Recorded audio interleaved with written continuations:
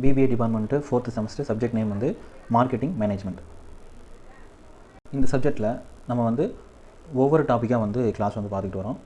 இப்போ வந்து இந்த தேர்ட் யூனிட் வந்து ப்ராடக்ட் கான்செப்ட்ஸ் இருக்கு இல்லையா, ப்ராடக்ட் கான்செப்டில் தேர்ட் யூனிட்டில் 11வது டாபிக் என்ன, டெவலப்பிங் நியூ ப்ராடக்ட்ஸ். இதுதான் வந்து இன்றைக்கி வந்து வீடியோ கிளாஸாக வந்து பார்க்க போகிறோம். ஃபஸ்ட்டு வந்து இந்த இப்போ பார்க்க போகிற கிளாஸோட ஹெட்டிங் வந்து என்னென்னா, டாபிக் வந்து என்னென்னா டெவலப்பிங் நியூ ப்ராடக்ட் அல்லது நியூ ப்ராடக்ட் டெவலப்மெண்ட். அதாவது ஒரு புதிய பொருளை வந்து டெவலப்பிங் மேம்படுத்துறது எப்படி, இல்லைனா வந்து நியூ ப்ராடக்ட் டெவலப்மெண்ட் புதிய பொருளை வந்து மேம்படுத்துறது எப்படி, அதான் வந்து கொடுத்துருக்காங்க. இன்ட்ரோடக்ஷன், இதுக்கான அறிமுகம் வந்து பார்க்கலாம். The goods and services that vary considerably in terms of their attributes. அதாவது எப்படின்னா, கூட்ஸ் அண்ட் சர்வீசஸ் சரக்கு மற்றும் சேவைகள் தட் வேரி கன்சிடரபிளி மிகுதியாக, வேரினா என்ன அர்த்தம்னா மாறுபடும், இல்லை வேறுபடும் அர்த்தம். கன்சிடரபிளி மிகுதியாக மாறுபடும். எதுலனா இன் டெர்ம்ஸ் ஆஃப் தேர் அட்ரிபியூட்ஸ். அட்ரிபியூட்ஸ்னா பண்புகள், பண்புகளின் அடிப்படையில் வந்து கூட்ஸ் அண்ட் சர்வீசஸ் வந்து மிகுதியாக மாறுபடும் சொல்கிறாங்க. அல்லது எதன் பொருட்டு மாறுபடும், இன்டென்டட் யூசேஜ் பயன்பாட்டின் அடிப்படையில் வந்து பயன்பாட்டு நோக்கத்தின் அடிப்படையில் வந்து மாறுபடும் சொல்கிறாங்க. அடுத்தது, in contrast with the goods manufactured previously by the same firm are termed as new products. அதாவது நியூ ப்ராடக்ட்னா என்னன்னா, இந்த goods manufactured previously by the same firm, அந்த நிறுவனத்தாலேயே வந்து முன்னாடி அந்த பொருள் வந்து இன் கான்ட்ராஸ்ட் உருவாக்கப்பட்டிருக்கக்கூடாது. அதுதான் வந்து என்ன அழைப்பாங்கன்னா நியூ ப்ராடக்ட்ஸ். அந்த பொருள் அந்த நிறுவனம் வந்து என்ன வேணால் தயாரிச்சிக்கலாம், இந்த பொருள் அந்த நிறுவனம் வந்து முன்னதாக தயாரிக்கக்கூடாது. Goods manufactured previously by the firm in contract, முன்னாடி தயாரித்த பொருளுக்கு மாற்றாக எந்த பொருள் வந்து வருதோ அதுதான் வந்து நியூ ப்ராடக்ட்ஸ் அப்படின்னு சொல்கிறாங்க. It is a difficult task to define new product. புதிய பொருளை வந்து வரையறுக்கிறது, டிஃபைன் பண்ணுறது வந்து டிஃபிகல்ட் டாஸ்க், ரொம்ப கடினமான பணி அப்படின்றாங்க. It involves novel ideas. அதாவது புதிய பொருள் நம்ம வரையறுக்கிறது வந்து, இல்லை புதிய பொருளானது வந்து நோவல் ஐடியாஸ், அதாவது புதிய வந்து யோசனைகளை வந்து கொண்டிருக்கும். அண்டு ஆஃபரிங்ஸ், புதிய சலுகைகள், புதிய பொருளானது புதிய யோசனைகளையும் புதிய ஆஃபரிங்ஸ் சலுகைகளையும் கொண்டு வரும். விச் ஆர் என்டையர்லி டிஃப்ரெண்ட், அதாவது முற்றிலும் வேறுபாடானது. புதிய ப்ராடக்ட்னா அப்படி தானே, இது வரைக்கும் யாருமே அப்படி பண்ணியிருக்கக்கூடாது. அப்படியான முற்றிலும் வேறுபட்டதாக ஒரு புதிய ப்ராடக்ட் வந்திருக்கும். And new for the customer, நுகர்வோருக்கு அந்த பொருள் வந்து என்ன இருக்கணும்னா புதிய பொருளாக வந்து இருக்கும். இதுதான் வந்து ஒரு குட்டி டெஃபினேஷன். இதுக்கு நியூ ப்ராடக்ட்னா எப்படின்னு சொல்லி அப்படி. அடுத்து வந்து moreover the relative view is considered highly useful in defining a new product. அதாவது என்னன்னா, ஒரு புதிய பொருளை வந்து நியூ ப்ராடக்ட் வந்து நம்ம வந்து உருவாக்குறதுக்கு வந்து ரிலேட்டிவ் வியூ, அதாவது வந்து கஸ்டமரோட ஃபீட்பேக் வந்து வேணும். அந்த கஸ்டமர் வந்து யாருன்னா இந்த பொருளுக்கான ஃப்ரெஷ் கஸ்டமராக இருக்கும். இதுக்கு முன்னாடி அவர் வந்து இந்த பொருளை வந்து பயன்படுத்தக்கூடாது. அப்படி ஆளோட ஃபீட்பேக் வந்து இந்த நியூ ப்ராடக்டோட ஃபீட்பேக் வந்து நமக்கு வந்து ரொம்ப என்னன்னா வந்து ஹைலி யூஸ்ஃபுல், மிகவும் பயனுள்ளதாக இருக்கும் அப்படின்றாங்க. ஓகேவா. அடுத்து வந்து as the potential customer who will be using the product for the first time, அவர் இப்போ தான் வந்து ஃபஸ்ட் டைம் அந்த பொருளை வந்து யூஸ் பண்ணிடணும். May identify opportunities or problems for consideration. அதாவது என்னன்னா, இந்த பொருளை வந்து உற்பத்தி பண்ணியிருப்பாங்க இல்லையா, தயாரிச்சிருப்பாங்க இல்லையா, அவங்க கூட வந்து கவனிக்க தவறிய சில தவறுகள் வந்து அந்த பொருளில் வந்து இருக்கும். அதை வந்து யார் கண்டுபிடிச்சிருவாங்க, அதில் இருக்கிற ஆப்பர்ச்சுனிட்டிஸ் வாய்ப்புகளையும் அதில் இருக்கிற பிரச்சனைகளையும் யார் வந்து ஐடென்டிஃபை பண்ணிடுவாங்கன்னா, அந்த ஃபஸ்ட் டைம் யூசர்ஸ், அந்த ப்ராடக்ட் வந்து ஃபஸ்ட் டைம் யூஸ் பண்ணுற அந்த ஃப்ரெஷ் கஸ்டமர் வந்து கண்டுபிடிச்சிருவாங்க, சொல்லிடுவாங்க அப்படின்றாங்க. அடுத்து வந்து நியூ ப்ராடக்ட்னா என்ன அப்படின்னு சொல்லி முசல்மேன் அவரும் ஜாக்சன், இந்த 2 ஆத்தரும் வந்து வரையறுக்கிறாங்க. ஏன்னா an product is said to be new product. எந்த ஒரு பொருளை வந்து நியூ ப்ராடக்ட் அப்படின்னு நம்ம சொல்லலாம், when it serves a entirely new function, புதிய செயல்பாடை வழங்குறதா இருக்கணும், முற்றிலும் புதிய செயல்பாடுகளை வந்து வழங்குறதா இருக்கணும். அல்லது makes a major improvement in present function, அதாவது தற்போதைய ஃபங்க்ஷன் செயல்பாட்டில் வந்து மேஜர் இம்ப்ரூவ்மெண்ட், பெரிய முன்னேற்றத்தை வந்து அடைஞ்சதாக இருக்கணும், ஏற்படுத்துறதா இருக்கணும். அதுதான் வந்து என்னது புதிய ப்ராடக்ட், நியூ ப்ராடக்ட் அப்படின்னு சொல்லி இவங்க வந்து வரையறுக்கிறாங்க. அடுத்தது வந்து நியூ ப்ராடக்டை வந்து யார் வந்து கிளாசிஃபிகேஷன், இதெல்லாம் வந்து நியூ ப்ராடக்ட், இதுதான் வந்து புதிய பொருட்களுக்கான வகைப்பாடுகளை வந்து ஒரு 3 ஆத்தர் பண்ணுறாங்க. யாருன்னா பூஸ், அப்புறம் வந்து ஆலன், அப்புறம் வந்து ஹாமில்டன். இவங்க 3 பேரும் புதிய ப்ராடக்ட்னா என்னென்ன அப்படின்னு சொல்லிட்டு புதிய ப்ராடக்ட்டை வந்து கிளாசிஃபிகேஷன் ஸ்கீம், வகைப்பாட்டு திட்டத்தை வந்து இதுக்காகனா புதிய பொருட்களுக்கான ஒரு வகைப்பாட்டு திட்டத்தை இந்த 3 ஆத்தரும் வந்து கொண்டு வராங்க. ஓகேவா. Booz, Allen, Hamilton classified the new products, புதிய பொருட்களை வந்து கிளாசிஃபைடு வகைப்படுத்துறாங்க. இன்டூ 6 கேட்டகரிஸ், 6 பிரிவுகளாக வந்து வகைப்படுத்துறாங்க. விச் ஆர் எக்ஸ்பிளைன்டு பிலோ, கீழே வந்து எக்ஸ்பிளைன் பண்ணப்பட்டிருக்கு. அக்கார்டிங் டு சச் கிளாசிஃபிகேஷன், அவங்க வகைப்படுத்து அவங்களோட வகைப்பாட்டின் படி எ மார்க்கெட்டர் ஷுட் க்ளோஸ்லி ஸ்க்ரூட்டனைஸ், அதாவது என்னன்னா ஒரு மார்க்கெட்டர் சந்தைப்படுத்துவோர் வந்து இவங்களோட அந்த 6 கேட்டகரியும் வந்து க்ளோஸ்லி ஸ்க்ரூட்டனைஸ், க்ளோஸ்லினா கவனமாக, ஸ்க்ரூட்டனைஸ்னா வந்து ஆராய வேண்டும் அப்படின்னு சொல்கிறாங்க. இவங்களோட அந்த 6 கேட்டகரி, புதிய பொருட்களுக்கான 6 கேட்டகரியும் ஒரு மார்க்கெட்டர் வந்து க்ளோஸ்லி ஸ்க்ரூட்டனைஸ், மிக கவனமாக ஆராய வேண்டும். Which is the best class for his product, எந்த கிளாஸ் ஆனது பெஸ்ட்டு, இவங்க வரையறுத்த அந்த 6 வந்து எந்த கிளாஸ் வந்து பெஸ்ட்டோ அந்த டைப் ஆஃப் நியூ ப்ராடக்ட்டை வந்து அந்த மார்க்கெட்டை வந்து சூஸ் பண்ணிக்கலாம். ஓகேவா. இந்த கிளாசிஃபிகேஷன் ஸ்கீம், இவங்க உருவாக்கின இந்த கிளாசிஃபிகேஷன் ஸ்கீம் வந்து for the new products is shown in figure 3.5, அந்த படத்தில் வந்து காண்பிக்கப்பட்டதுன்றாங்க. ஃபஸ்ட்டு அவங்க உருவாக்கின அந்த 6 கேட்டகரி என்னப்பா புதிய பொருட்கள் அப்படின்னா, எதெல்லாம் புதிய ப்ராடக்ட்னு சொல்லணும், நியூ டு த வேர்ல்டு, அது வந்து என்டையர்லி நியூ. இது யாருக்கு நியூனா, அந்த வேர்ல்டு, இந்த உலகத்துக்கே அதுக்கு முன்னாடி அந்த பொருள் வந்து இல்லை, இப்போ தான் வந்து அந்த உலகத்துக்கே இந்த பொருள் அதிகமாகுது அப்படின்னா வந்து இதுதான் என்ன சொல்கிறாங்க, ரியலி நியூ ப்ராடக்ட். உண்மையாக அது என்னது, உலகத்துக்கே இப்போ தான் அறிமுகமாக அது என்னது, ரியலியாக new product, new to the world. அடுத்து என்ன டைப்னா வந்து நியூ டு த ஃபர்ம், அதாவது ஒரு நிறுவனத்துக்கு தான் அது புதுசு, மார்க்கெட்டில் ஆல்ரெடி வந்து இருக்குது. ஓகேவா. நிறுவனத்துக்கு தான் புதுசு. ஓகேவா? நியூ ப்ராடக்ட் லைன், அந்த நிறுவனம் வந்து ஒரு புதிய ப்ராடக்ட்டை வந்து இதுக்கு முன்னாடி தயாரிக்காத ஒரு புதிய ப்ராடக்ட்டை வந்து இவங்க வந்து தயாரிப்பாங்க. அதாவது அது வந்து சோப் வந்து தயாரிப்பாங்க, ஷாம்பு வந்து தயாரிக்க மாட்டாங்க. இப்போ அந்த நியூ டு த ஃபார்ம் அந்த கம்பெனிக்கு எதுன்னு பார்த்தோன்னா அந்த ஷாம்பு தான். ஓகேவா? இது வந்து ஒரு புதிய ப்ராடக்ட். அடுத்து வந்து addition to existing product line. ஓகேவா? அதாவது ஷாம்பு வந்து அவர் வந்து பண்ணிகிட்டு இருப்பார்.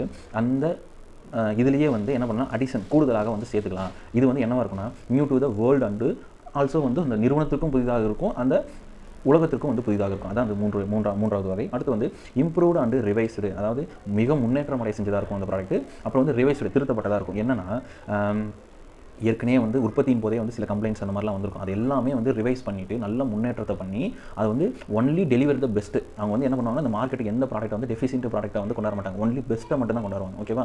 இம்ப்ரூவ்ட் அண்ட் ரிவைஸ்டு, அதான் வந்து புதிய ப்ராடக்ட் அப்படின்றாங்க. அடுத்து அப்படி என்ன பொருளை சொல்லலாம், உதாரணத்துக்கு பியூட்டி ப்ராடக்ட்ஸ். பியூட்டி ப்ராடக்ட்டில் குறைபாடு உள்ள பொருட்களை வந்து நீங்கள் வந்து மார்க்கெட்டில் சேல்ஸ் பண்ணுவீங்களா? அப்படியே அது குறைபாடு இருந்தாலும் அதை ரிவைஸ் பண்ணிவிட்டு இம்ப்ரூவ் பண்ணிட்டு தான் சேல் பண்ண முடியும். அப்புறம் வந்து எலக்ட்ரானிக், சரி ஒரு பல்பு வந்து கடையில் வந்து வாங்குறோம், அதை வந்து பெஸ்ட்டு பல்பு தானே வந்து ஒரு எரியலைன்னா ரிவைஸ் பண்ணிவிட்டு அதை இம்ப்ரூவ் பண்ணிவிட்டு எரியிற மாதிரி ஸ்டேஜில் தான் எங்கே பண்ணுவாங்கன்னா சேல் பண்ணுவாங்க. ஓகேவா? அப்படி அந்த இதில் ஹோல்டரில் போட்டோன்னு எரியாத பல்பை வந்து கொண்டு வர மாட்டாங்க, ஏன்னா இவங்க வந்து டெலிவரி ஒன்லி த பெஸ்ட்டு. ஓகேவா? அடுத்து ரீபொசிஷனிங் அப்படின்னா ஏற்கனவே மார்க்கெட்டில் அந்த பொருள் இருக்கும், அந்த பொருளை வந்து ரீபொசிஷன் பண்ணுவாங்க. அப்படின்னா என்ன அர்த்தம்னா அது கூடவே வந்து சில நியூ ஆடட் ஃபியூச்சர்ஸ் இல்லைனா வந்து ஒரு யூசேஜ் வேல்யூ, இந்த பொருள் வழங்கியிருக்கு ஏற்கனவே மார்க்கெட்டில், அந்த பொருளின் மீதே வந்து சில முக்கிய அம்சங்களை வந்து ஆட் பண்ணுவாங்க. இல்லைனா வந்து ஒரு புதிய பயன்பாடு, இந்த பொருள்னால இன்னொரு புதிய பயன்பாடு வந்திருக்கு அப்படின்னு சொல்லிட்டு அந்த முக்கிய அம்சங்களை வந்து மேம்படுத்துவாங்க. அதை வந்து என்னென்னா ரீபொசிஷனிங், அதே ப்ராடக்ட் தான் சில ஃபியூச்சர்ஸ் வந்து கூட்டி அதை வந்து மறுபடியும் வந்து ரீபொசிஷனிங் பண்ணுறாங்க அந்த மார்க்கெட்டில். அடுத்தது இறுதியான வகை என்னென்னு பார்த்தோம்னா லாஸ்ட்டு ரிடக்ஷன் இன் காஸ்ட், செலவில் வந்து குறைக்கிற ஒரு புதிய ப்ராடக்ட். அப்படின்னா ஆப்பிள் ஸ்மார்ட் வாட்ச் லட்சக்கணக்கில் வரும். ஓகேவா? எக்ஸ்பென்சிவான ப்ராடக்ட்டை சீப்பான விலையில் கொடுப்பாங்க பார்த்தியா, அதுதான் வந்து ரிடக்ஷன் இன் காஸ்ட். அது என்ன சொல்கிறேன்னா cheaper version of an expensive product, ஒரு செலவு மிகுந்த ப்ராடக்ட்டோட சீப்பர் வெர்ஷன் தான் வந்து இந்த ரிடக்ஷன் இன் காஸ்ட். ஓகேவா? அதே ஃபியூச்சர்ஸ் வந்து இதை அனுபவிச்சுக்கலாம், அந்த அளவுக்கு குவாலிட்டியாக இருக்காது. இது வந்து எதுக்கு இந்த மார்க்கெட்டுக்கு வந்து புதிதான ப்ராடக்ட். இந்த 6 வகை தான் வந்து பூஸ் ஆலன் ஹாமில்டன் புதிய ப்ராடக்ட்டில் வந்து இந்த 6 வகையை வந்து பிரிச்சிருக்காங்க. அடுத்தது இவங்க உருவாக்குனாங்க இல்லையா, அந்த 6 வகை வந்து மார்க்கெட்டில் எந்த அளவுக்கு வந்து சக்ஸஸ் ஆயிடுச்சு. ஃபஸ்ட்டு வந்து நியூ டு த வேர்ல்டு, இது வந்து ஃபுல்லாகவே சக்ஸஸ், அந்த உள்ளே போட்டிருக்கிற அந்த பர்சன்டேஜ் எல்லாமே எந்த அளவுக்கு சக்ஸஸ் ஆகிருக்குது அந்த நிறுவனத்தால் வெளியிட்டு அப்படின்னு சொல்லி பார்க்குறாங்க. ஃபஸ்ட்டு வந்து new to the world products வந்து 100% வெளியிட்டால் அது வந்து மார்க்கெட்டில் 10% தான் வந்து வெற்றி அடைஞ்சிருக்குது. அடுத்தது வந்து என்னது, நியூ டு த அந்த நிறுவனத்துக்கு புதிதான ஒன்றா இருக்கும் நியூ ப்ராடக்ட் லைன், அது வந்து 20% வந்து வெற்றி அடைஞ்சதாக இருக்குது. அடுத்தது என்ன, காஸ்ட் ரிடக்ஷன், இது வந்து லாஸ்ட், அது 11% வந்து வெற்றி அடைஞ்சிருக்கு. ரீபொசிஷனிங் பண்ணது வந்து 7% வெற்றி அடைஞ்சிருக்கு. அப்புறம் வந்து ஏதாவது ரிவிஷன் பண்ணி இம்ப்ரூவ் பண்ணி அந்த எக்ஸிஸ்டிங் ப்ராடக்ட் அது வந்து 26%. அப்புறம் வந்து ஃபியூச்சர்ஸை வந்து அடிஷன் பண்ணி எக்ஸிஸ்டிங் ப்ராடக்ட் லைன்லேயே வந்து ஃபியூச்சர்ஸை வந்து அடிஷன்ஸ் பண்ணி விட்டது வந்து என்னது 26% வந்து வெற்றி பெற்றிருக்கு. ஸோ இது 20, 10, 30, 37, 38, 48, 48 6 54, 54 20 74, 74 26 100. ஓகேவா? ஒரு 100% வந்து இவ்வளவு தான் வந்து பிரிச்சிருக்காங்க. ஓகேவா? சரி, இதில் வந்து best class of new product எதுன்னு பார்த்தோம்னா ஏற்கனவே இருக்கிற ப்ராடக்ட்ஸ் மேலே ரிவிஷனும் இம்ப்ரூவ்மெண்ட் பண்ணது 26%. அப்புறம் வந்து additions to existing product line, ஏற்கனவே நம்ம வந்து ப்ராடக்ட் லைன் வந்து இருக்குது, அதுக்கு வந்து ஒரு புதுசாக வந்து ஒரு ப்ராடக்ட் லைனை வந்து உருவாக்குறது தான் வந்து இந்த 2 தான் வந்து பெஸ்ட் கிளாஸ். இதை தான் வந்து அந்த மார்க்கெட்டர், அந்த சந்தைப்படுத்துவர்கள் வந்து முக்கியமாக க்ளோஸ்லி கவனமாக ஸ்க்ரூட்டனைஸ் ஆய்வு செஞ்சு கண்டுபிடிக்கணும் அப்படின்னு சொல்லிட்டு. ஓகேவா? ஸோ எது ரிஸ்க்குனா ரீபொசிஷனிங் பண்ணுறது தான். ஆடர் நியூ ஃபீச்சர்ஸ் கொண்டு வந்து அதை வந்து மார்க்கெட்டுக்கு வந்து கொண்டு வரதான் வந்து இருக்கிறதுலேயே வந்து கேவலமான ஐடியா. அடுத்து அதை விட மொக்க ஐடியான்னு பார்த்தோம்னா வேர்ல்டுக்கே புதிதான ப்ராடக்ட் வந்து பெருசாக சக்ஸஸ் வந்து பண்ண முடியாது, அது 10% தான். அடுத்தது வந்து என்னென்னா reduction in cost reduction, cheaper version of an expensive product, அது வந்து 11% தான் வெற்றி பெறுது. அதுக்கடுத்து என்னென்னா நியூ ப்ராடக்ட் லைன், அதுக்கடுத்து இதுதான் வந்து கொஞ்சம் பெஸ்ட் வேவாக தெரியுது. ஓகேவா? இதுதான் அந்த பூஸ் ஆலன் ஹாமில்டன் உருவாக்கிய புதிய பொருட்களின் வகைப்பாட்டு திட்டம். ஓகேவா? அடுத்தது சரி, புதிய ப்ராடக்ட் வந்து எப்படி டெவலப் பண்ணுறதுக்கான செயல்முறைகள் வந்து என்னென்ன அப்படின்னு சொல்லியிருக்காங்க. நியூ ப்ராடக்ட் டெவலப்மெண்ட் ப்ராசஸ், இதில் வந்து எப்படி நம்ம ஒரு புதிய பொருளை வந்து டெவலப் பண்ணலாம், என்னென்ன ஸ்டெப்ஸை யூஸ் பண்ணி கொடுக்குறாங்க. New product development is an 8 step process, 8 படிநிலை செயல்முறை அப்படின்றாங்க. மொத்தம் 8 ஸ்டெப் இருக்குது. Which involves all the key elements required for a developing product. ஒரு புதிய பொருளை வந்து டெவலப் பண்ணுறதுக்கு வந்து கீ எலமெண்ட்ஸாக இருக்குது இந்த 8 ஸ்டெப்பும். கீ எலமெண்ட்ஸ்னால் முக்கிய கூறுகளாக வந்து இருக்குது அப்படின்றாங்க. தி steps R beneficial in getting information input, அதாவது உள்ளீடுக்கான தகவல்களை வந்து பெறுவதற்கும் decision making while developing new product. ஒரு புதிய ப்ராடக்ட் வந்து டெவலப் பண்ணுறப்போ வந்து முடிவெடுக்கும் செயல்முறைக்கும் வந்து இது வந்து பெனிஃபிஷியல் பயனுள்ளதாக இருக்குது இந்த 8 ஸ்டெப்ஸும் அப்படின்றாங்க. அடுத்து வந்து other than this market research also plays a crucial role. இந்த 8 ஸ்டெப்பு கூடவும் மார்க்கெட் ரிசர்ச், சந்தை பற்றின ஆய்வு வந்து க்ரூசியல் ரோல், ஒரு முக்கியமான பங்கை வந்து இந்த செயல்முறையில் வந்து வகிக்குது அப்படின்றாங்க. இந்த process of new product development அதான் நீங்கள் பார்க்க போகிறோம். ஆஸ் இட்ஸ் ஃபாலோ கீழே வந்து கொடுக்குறாங்க. ஃபஸ்ட்டு வந்து என்னென்னா ஐடியா ஜென்ரேஷன். ஒரு புதிய ப்ராடக்ட்டை, இந்த ப்ராடக்ட் வந்து மார்க்கெட்டில் இல்லை நம்ம பண்ணலை, இது வந்து நம்ம பண்ணலாம், புதிய ப்ராடக்ட்டை வந்து நம்ம உருவாக்கலாம் அப்படின்னு சொல்லிட்டு ஃபஸ்ட்டு என்ன பண்ணலாம், ஐடியா, ஒரு யோசனை தான் வந்து உருவாக்கணும். Idea generation. அடுத்த ஸ்டெப் என்னன்னா ஸ்க்ரீனிங் த ஐடியா. அந்த ஐடியா வந்து நம்ம என்ன பண்ணணும்னா ஸ்க்ரீனிங், அதாவது திரையிடணும்னு சொல்கிறாங்க, அதாவது ஒர்க் பண்ண ஆரம்பிக்கணும் அப்படின்னு வந்து சொல்கிறாங்க அந்த ஐடியா மீது. அடுத்தது கான்செப்ட் டெவலப்மெண்ட் அண்ட் டெஸ்டிங். கான்செப்ட்னா அதை வந்து ஒரு கருத்தாக ஒரு ஐடியாவாக இருக்குதா, அதை வந்து என்ன பண்ணணும்னா ஒரு கான்செப்ட் ஒரு கோட்பாடாக வந்து நம்ம வந்து டெவலப்மெண்ட் உருவாக்கணும். அதை வந்து என்ன பண்ணால் பரிசோதனை பண்ணி பார்க்கணும். அதுக்கடுத்தது கான்செப்ட் ரெடி. அதுக்கடுத்து என்னன்னா மார்க்கெட் ஸ்ட்ராட்டஜி, சந்தைப்படுத்துதலின் உத்திகளையும் அதனுடைய மேம்பாட்டையும் வந்து நம்ம வந்து கவனம் செலுத்தணும். அடுத்தது வந்து எத்தனாவது point, market strategy. Market strategy and development வந்து ரெடி பண்ணிட்டோமா. அடுத்தது வந்து பிஸ்னஸ் அனலைசிஸ், பிஸ்னஸ் வணிகம் சம்மந்தமான ஒரு பகுப்பாய்வு வந்து மேற்கொள்ளணும். அதுக்கடுத்த ஸ்டெப் வந்து product and marketing mix development. இந்த மார்க்கெட்டிங் மிக்ஸ் அப்படின்னாலே வந்து ஒரு 4 வரும். என்னென்னா product, price, place, promotion, 4 Ps of marketing. அப்புறம் வந்து இது வந்து என்னென்னா ட்ரெடிஷனல் மார்க்கெட்டிங் மிக்ஸ். இன்னொன்று வந்து பார்த்தோம்னா எக்ஸ்பேண்டட் இல்லைனா ஆர்குமெண்டட் மார்க்கெட்டிங் மிக்ஸ். கூட வந்து அந்த பீப்புள், ப்ராசஸ், ஃபிசிக்கல் எவிடன்ஸ் அதெல்லாம் சேர்ந்துடும். அதை வந்து என்ன பண்ணணும்னா டெவலப்மெண்ட் மேம்படுத்தணும். இந்த மொத்தம் 7 விஷயங்களை வந்து மேம்படுத்தணும்னு சொல்கிறாங்க. அதுக்கடுத்து டெஸ்ட் மார்க்கெட்டிங்னா சந்தைப்படுத்துதல் வந்து நம்ம புதிய பொருட்கள் வந்து எந்த அளவுக்கு வந்து சேல்ஸ் ஆகுது அப்படின்னு சொல்லிட்டு ஃபஸ்ட்டு கொஞ்சம் பொருளை மட்டும் விற்பனை வந்து பண்ணி பார்க்கணும். இல்லைனா வந்து நியூ கஸ்டமர், ஃப்ரெஷ் கஸ்டமர் வந்து நம்மளோட ப்ராடக்ட் வந்து எப்படி இருக்குது, அவங்க வந்து பயன்படுத்த சொல்லி எப்படி இருக்குது அப்படின்னு சொல்லிட்டு மார்க்கெட்டிங் வந்து டெஸ்ட் பண்ணி பார்க்கணும். அதுக்கப்புறம் தான் இறுதி என்ன பண்ணணும்னா commercialisation, launching the product or service. நீங்கள் வந்து உங்களோட தயாரிப்பையோ இல்லைனா வந்து சேவையோ என்ன பண்ணலாம், கமர்ஷியலைசேஷன், லான்ச்சிங், அதாவது வணிகமயமாக்கலுக்கு வந்து நீங்கள் வந்து எடுத்துகிட்டு வந்து போகலாம், லான்ச் பண்ணலாம். உங்கள் ப்ராடக்ட்டை வந்து வணிகமயமாக்கலுடன் நீங்கள் வந்து லான்ச் பண்ணலாம் அப்படின்னு வந்து சொல்கிறாங்க. ஸோ ஒரு புதிய பொருட்களை வந்து மேம்படுத்துகின்ற செயல்முறையில் வந்து இந்த 8 ப்ராசஸை வந்து கரெக்டாக கடைபிடிச்சு ஒருத்தன் வந்து அவனோட ப்ராடக்ட் வந்து லான்ச் பண்ணானா அவன் வந்து பெஸ்ட்டாக வந்து இந்த மார்க்கெட்டுக்கு வந்து கொடுத்துடலாம் அப்படின்றாங்க. அப்புறம் வந்து இந்த டாப்பிக்கில் லாஸ்ட் டாபிக் என்னென்னா ஃபெயிலியர் டு நியூ ப்ராடக்ட்ஸ்.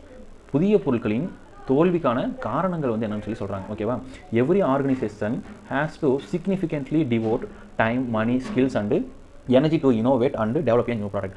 எல்லா நிறுவனமும் every organisations develop a new product, ஒரு புதிய பொருட்களை வந்து மேம்படுத்துறதுக்கு ஹேஸ் டு சிக்னிஃபிகன்ட்லி டிவோட், அதாவது ஒரு குறிப்பிட்ட டைமையோ, நேரத்தையோ, மணி, பணத்தையோ, ஸ்கில்ஸ், இந்த திறமையோ, எனர்ஜி, ஆற்றலையோ வந்து ஒதுக்கணும். டிவோட்னா ஒதுக்கணும்.